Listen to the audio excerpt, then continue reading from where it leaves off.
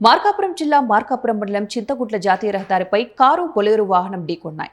వివరాల్లోకెళ్తే కడప నుంచి ఖమ్మం జిల్లాకు మిర్చి లోడుతో వెళ్తున్న బొలేరో వాహనం, చినుకొండ నుంచి ఖమ్మం వైపు వెళ్తున్న కారు చింతగుంట్ల దగ్గర ఎదురెదురుగా ఢీకొన్నాయి. ఈ ప్రమాదంలో ముగ్గురు తీవ్ర గాయాలు కాగా మరొకరు కార్ డ్రైవర్ క్యాబిన్లో ఇరుక్కుపోవడంతో అతి కష్టం మీద కారు డ్రైవర్ని స్థానికులు పోలీసులు బయటకు తీశారు.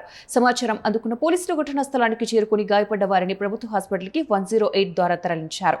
ఈ ప్రమాదంపై కేసు నమోదు చేసి దర్యాప్తు చేపట్టారు.